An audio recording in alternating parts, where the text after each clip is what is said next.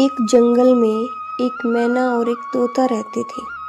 एक दिन मैना अपने तोता से बोली, मुझे छोड़कर कहीं उड़ तो नहीं जाओगे? तोता बोला, उड़ जाऊं तो पकड़ लेना। मैना, मैं तुम्हें नहीं पकड़ सकती।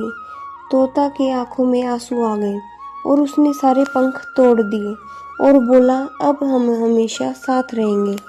एक दिन बहुत जोरदार तूफान आया। तोता मैना से बोला, तुम उड़ जाओ। मैं नहीं उड़ सकता। मैना बोली, अपना ख्याल रखना कहकर उड़ गई। तूफान रुका। मैना ने वापस आकर देखा तो तोता मर चुका था। पास एक डाली पर लिखा था, काश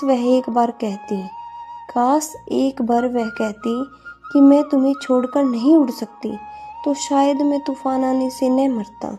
उन लोगों को जिंदा रखे जो आप पर मरते हैं। Thank you.